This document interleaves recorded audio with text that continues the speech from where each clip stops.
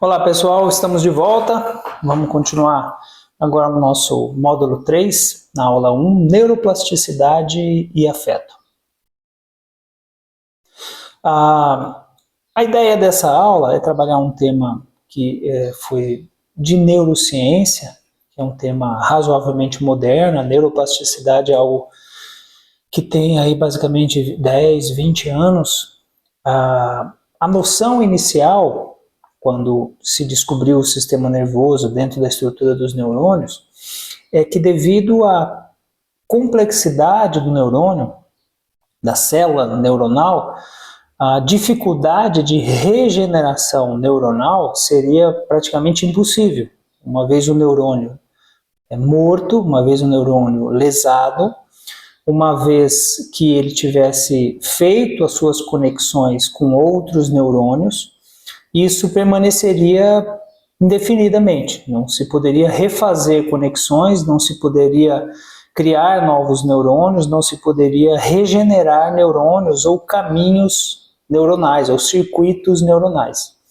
E isso caiu por terra, né? Estudos mostraram que sim, o nosso cérebro tem a capacidade de se... A palavra ideal não seria regenerar, mas seria se modificar ao longo do tempo, apesar do neurônio ser uma célula altamente específica e não se reproduzir depois, mais ou menos ali dos 2 anos. O cérebro, a reprodução celular, ela acontece mais ou menos até os 2 anos de idade. Vocês lembram lá, nas nossas primeiras aulas, que a gente comentou que a fase mais importante do desenvolvimento do ser humano como um todo nos primeiros 2 anos, e o cérebro ele vai crescer até os 2 anos. E é interessante que ele cresce, mas ao mesmo tempo ele se reduz em números de neurônios, né? Porque esses neurônios vão ficando mais capazes do ponto de vista funcional, eles vão fazendo mais conexões, e aí neurônios que estão ali sem serem utilizados, eles acabam sendo eliminados por uma simples questão de economia energética, né? Se ele não tem uma função, a natureza elimina. E aí se pensava que uma vez essas conexões tivessem sido estabelecidas, elas não se modificariam, elas não se refazeriam ou se modificariam.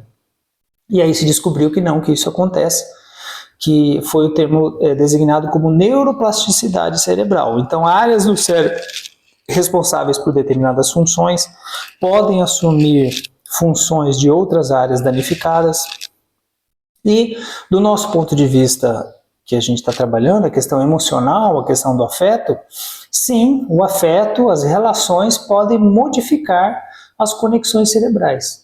E é óbvio que quanto mais jovem, mais novo o indivíduo, né, menos cristalizadas, digamos assim, estão essas circuitarias, e mais fácil da gente fazer essa mudança. Então, aquela frase, né, não, as pessoas não mudam, do ponto de vista filosófico tem essa discussão, as pessoas mudam, as pessoas não mudam, o fulano daquele jeito, nunca vai mudar, ciclano só faz aquilo ali, nunca vai mudar.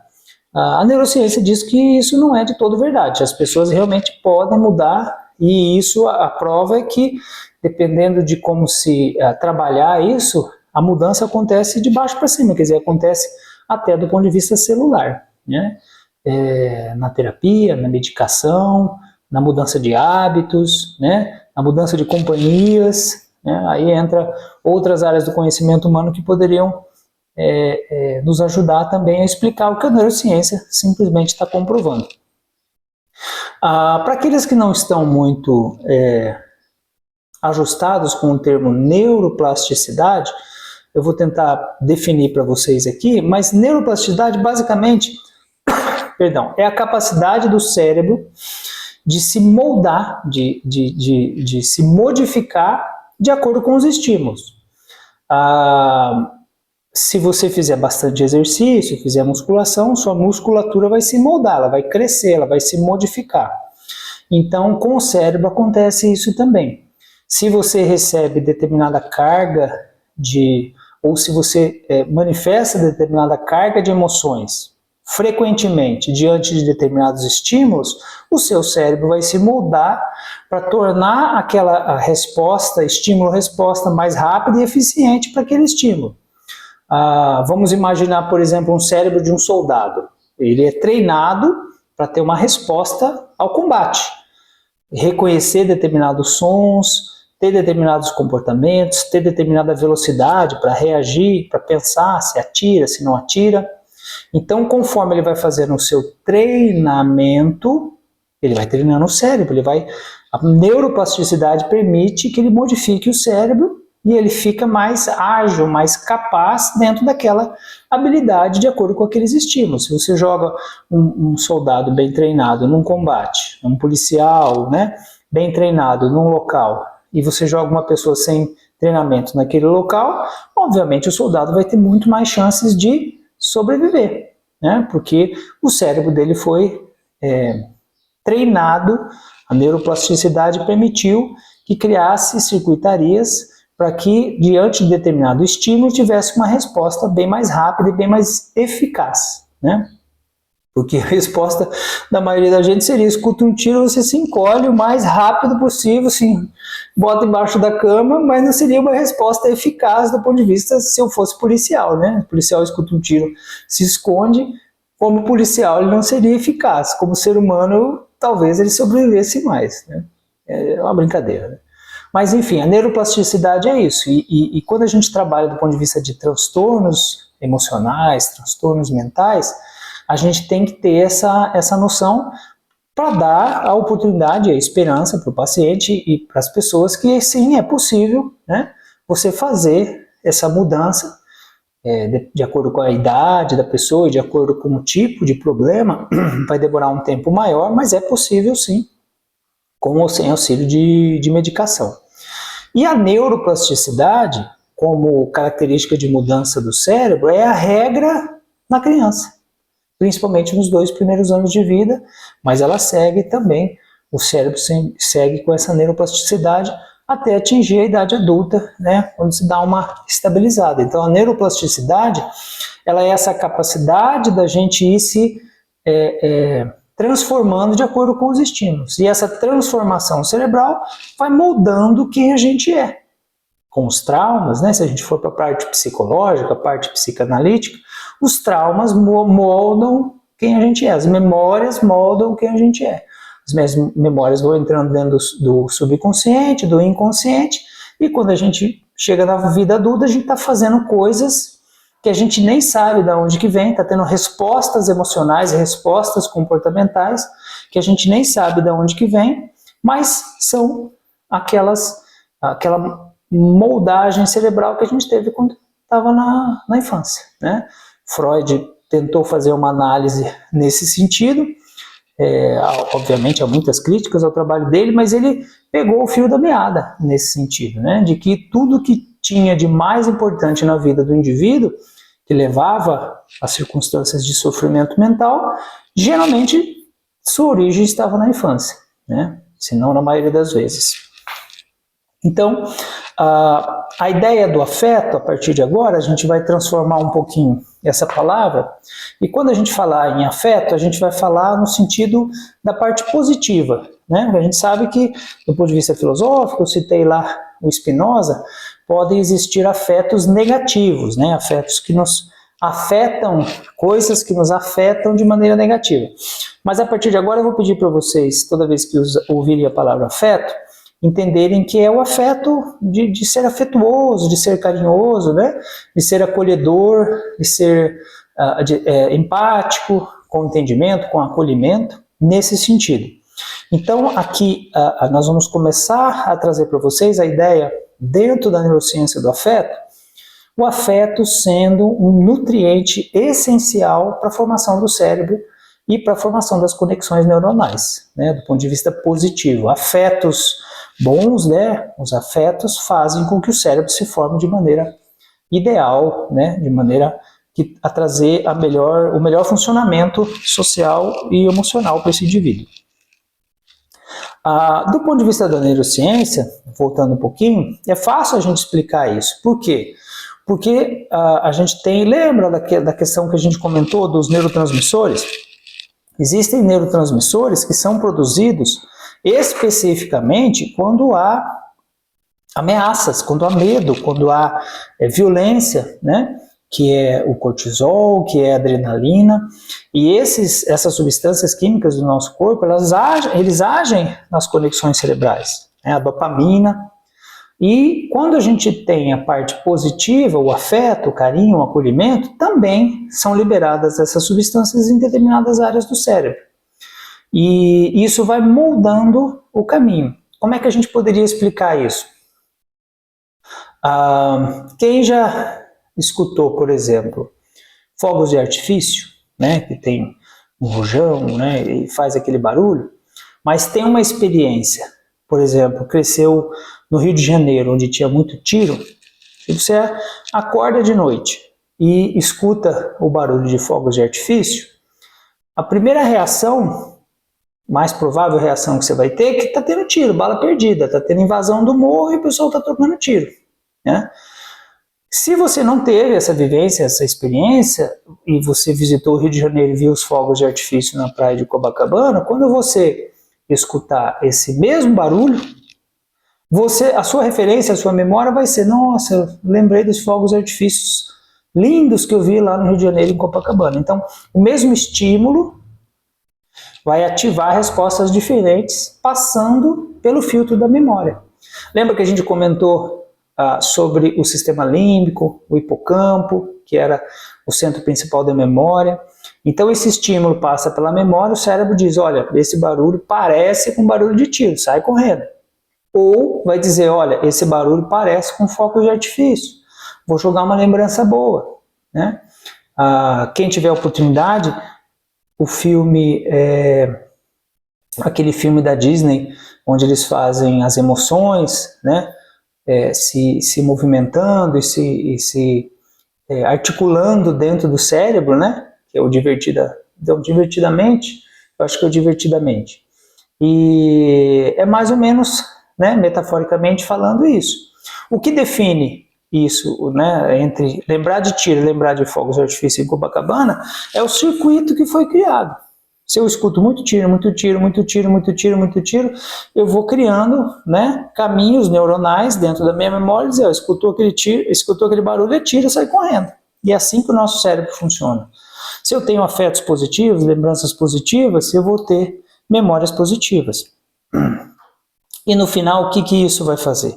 Vai fazer com que eu consiga dar chance para que aquela parte superior do cérebro, na criança, consiga se desenvolver. Porque vamos imaginar o seguinte: se você todo o tempo está preocupando com tiro, você acha que vai ter tempo de você se preocupar com arte ou com música? Quer dizer, você vai ter tempo de desenvolver no seu cérebro aqueles circuitos que vão manipular informações mais delicadas, manipular as circunstâncias mais sensíveis? Não. O cérebro vai drenar a energia para dizer: olha, detecta tiro e sai correndo. Então, hoje já se sabe que se a criança ela cresce num ambiente de violência, num ambiente de negligência, vai trazer prejuízos do ponto de vista intelectuais. É óbvio, né?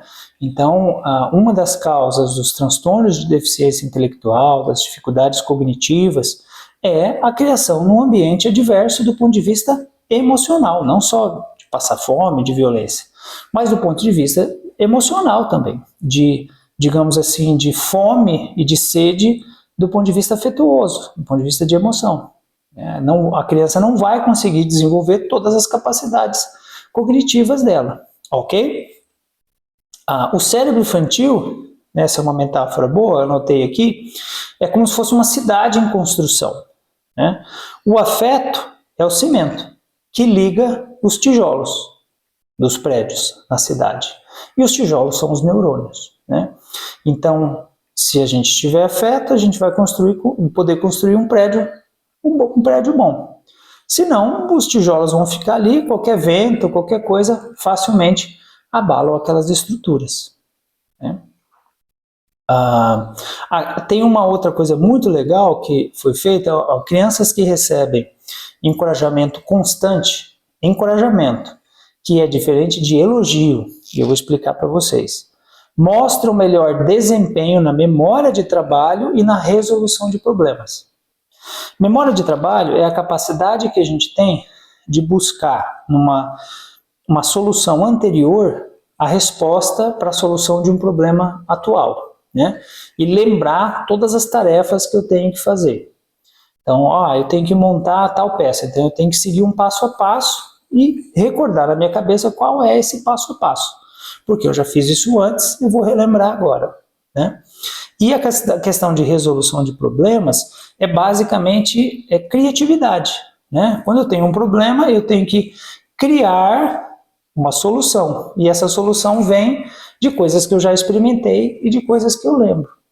Se eu estou focado, preocupado no tiro lá da favela, eu não vou ter oportunidade de aprender e de absorver informações que são muito abstratas, porque eu estou sempre preocupado em não tomar tiro, né? Ou não ser violentado, ou não apanhar, ou não passar fome, enfim, todas as diversidades que a criança pode vir a ter. Até mesmo a ausência do pai e da mãe lá no comecinho da vida. A gente não precisa exagerar muito, né? A própria ausência do pai e da mãe. A gente sabe que órfãos se desenvolvem de maneira diferente, né? E foi feito um estudo nos Estados Unidos, muito interessante, eu posso deixar aqui para vocês depois o link, quem souber pode fazer o comentário, já deixar aqui para a gente. Eles pegaram 2 grupos de crianças em idade escolar, então de 6 a 10 anos, né? 2 grupos, parearam as crianças, né? Então não havia diferença. E aí deram o mesmo teste, um teste simples de figurinhas e tal, para as crianças responderem, né? E aí tinha ali as respostas corretas, né? E eles fizeram num grau de complexidade que todas as crianças não conseguiriam acertar todos os testes. O objetivo não era saber o conhecimento da criança.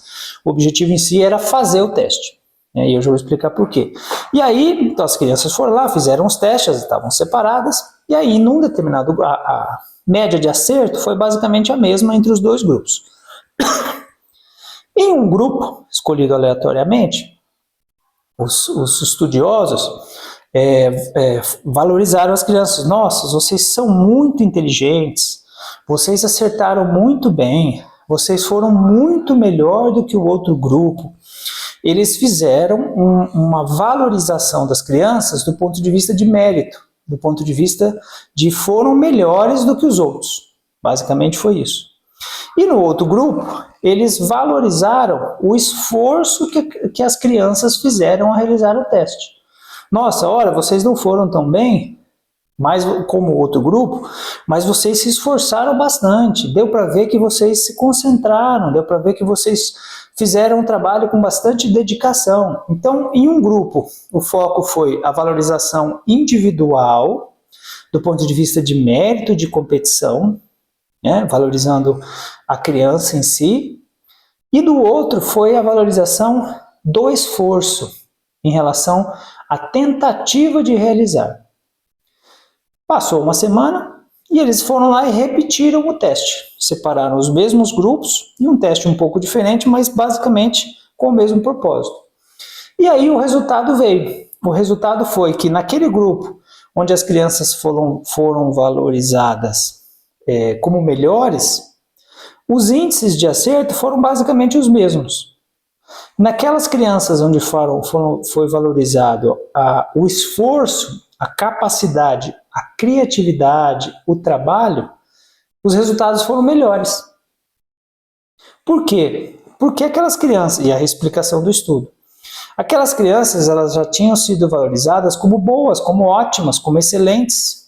Então, na próxima vez que elas forem realizar o teste, elas não aplicaram muito mais esforço. Elas simplesmente foram lá, não, eu sou bom, eu vou acertar. E aqueles que foram valorizados pelo esforço de se aplicar, na próxima vez eles que foram realizar o teste, eles se dedicaram ainda mais. E em se dedicando mais, eles acertaram mais. Então, olha que interessante isso. Se cria, e foi uma questão de uma diferença de uma semana, se criou uma modulação cerebral e as crianças, quando foram fazer aquela atividade, o foco não era acertar a atividade e ser melhor do que o outro, o foco era fazer melhor do que eu fiz antes. E eu acho que esse que é o truque da circuitaria cerebral, porque você tenta uma vez, não consegue, mas o objetivo é você tentar melhor da próxima vez. E essa expectativa, isso já está muito bem delimitado pela neurociência, de fazer melhor, é que entra a dopamina. Né? E a dopamina, ela é aquela antecipação do resultado. Só que para eu ter uma antecipação positiva do resultado, eu tenho que ter a valorização, e a valorização vem do afeto. Eu quero ser melhor, eu quero fazer melhor, para me sentir melhor, ou receber um elogio, ou receber um abraço, ou receber um sorriso daqueles com os quais eu tenho vínculo. Se eu não tenho vínculo com ninguém, nem com meu pai, com a minha mãe, com a minha avó, com os meus amigos, eu vou me esforçar na escola para quê? Eu vou me esforçar em não ser agressivo para quem? Então o ser humano, ele precisa desse reforço do apego lá de trás para dar sentido às ações no dia a dia, tanto do ponto de vista filosófico, religioso, como da neurociência. A gente age por causa das pessoas, na maioria das vezes. Né? E eu vou pedir aqui agora para vocês fazerem um pequeno exercício, para vocês trazerem uma lembrança de vocês, quando vocês tiveram um resultado positivo. Né? Eu tenho certeza que vocês vão lembrar muito mais de resultados positivos na infância do que de negativos, principalmente do ponto de vista escolar. Por quê? A neurociência também mostra que para a gente ter melhor relação de aprendizado, e o Piaget já falava isso, é preciso ter vínculo. Ninguém aprende nada com um professor chato, todo mundo vai mal na matéria se o professor é dito chato. Né? Se o professor é legal, se o professor... todo mundo vai bem. Não é porque o professor é bonzinho, legal, e aí faz prova fácil. É porque na dinâmica até do aprendizado, quando há afeto, a predisposição à circuitaria cerebral, a predisposição à abertura para se criarem as conexões cerebrais é melhor. Isso é fácil de explicar. Professor chato ou bravo, você está com medo, você está tenso, você está preocupado em não levar bronca, você não está preocupado em aprender o conteúdo. Se o professor é legal, você está relaxado, você está descontraído, está muito mais fácil de você aprender e absorver o conteúdo.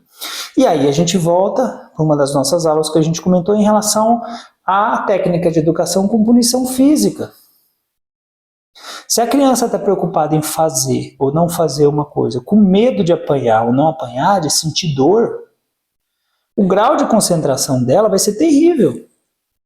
Se a criança está ali tentando fazer uma coisa, sabendo que se ela fizer positivo, ela vai ser valorizada pelo esforço, e independente do resultado, ela vai continuar sendo valorizada, a constância do afeto, que a gente já comentou, é óbvio que o resultado tende a ser muito melhor. Se eu fizer uma coisa porque eu estou com medo de apanhar, ou se eu fizer uma coisa porque eu quero fazer o meu melhor para aqueles que me amam se sintam bem comigo e eu me sinta bem com eles. E isso tem tudo a ver com a neuroplasticidade. Quando a gente vai cuidar, por exemplo, de crianças com TOD, né, o transtorno opositor desafiador, na maioria das vezes acaba havendo atrito entre cuidador, né, pai, mães e a criança, e esse atrito acaba distanciando o relacionamento e o afeto, né, o vínculo. E esse vínculo, quanto mais distante, pior o comportamento. E gera um ciclo vicariante que vai aumentando. E quando a gente tenta na terapia e consegue fazer o contrário, que haja, principalmente da parte do adulto, a mudança de resposta, comportamento desafiador, mas o afeto continua constante e ele passa a ser de confiança, olha, independente do que você fizer, eu estou aqui para te ajudar e eu continuo te amando, o processo é o contrário. E a criança também vai melhorando. É muito interessante a gente ver isso. É óbvio que não é muito fácil, porque se o vínculo se desfez, se o apego não se criou ao ponto da criança ter esse tipo de comportamento, muita água passou pela ponte. Então, é um processo lento, não é algo mágico, mas é algo possível de ser feito. E a neuroplasticidade e o afeto explicam isso. E a criança vai ter mudança cerebral e vai ter mudança de comportamento. Né? E mudança de destino na vida, né? Que essa criança que tem a maioria aí das crianças com transtorno opositor desafiador, viram depois com transtorno de conduta, que vão virar, infelizmente, pessoas com problemas com a lei, né? Seguindo aqui adiante, para a gente terminar, em relação à neuroplasticidade e o afeto, não é muito novo, isso aí todo mundo já sabe, a neurociência só veio comprovar. A criança bem cuidada, amada, com consistência de cuidado, com tempo de convívio com os adultos, né, que gostam dela, com os cuidadores, e depois os adultos por procuração, que são os pais por procuração, que são os professores e cuidadores, vão ter, se receberem afeto, o combustível para fazer as melhores conexões possíveis. Se essa criança ela se desenvolve num ambiente adverso, desértico em relação ao afeto, a carinho, ela vai se desenvolver de maneira desafetuosa também, né?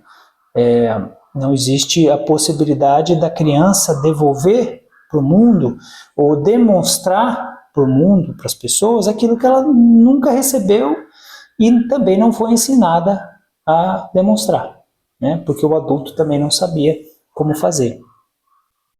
Cada gesto afetivo é como o adubar de um jardim, invisível no momento, mas essencial para a colheita de um cérebro saudável e resiliente. E aqui vale um parênteses, quando a gente fala do afeto, a gente não pode cair na superproteção. E é um ponto, são os extremos, né? A superproteção também limita a criança nas suas experiências no mundo. A gente tem que ter o equilíbrio. Se você der água demais, der adubo demais, você também prejudica a plantinha. Der sol demais, ela queima. Se der água demais, ela apodrece as raízes. Então é sempre o equilíbrio. E esse equilíbrio que a gente sugere, né, dentro da proposta desse curso da neurociência do afeto, é tentar trazer a ciência, né, tentar trazer o que a gente tem de melhor teoria para que as pessoas possam aprender a melhor maneira de lidar com as crianças que serão aí os adultos com os quais nós vamos nos relacionar no futuro.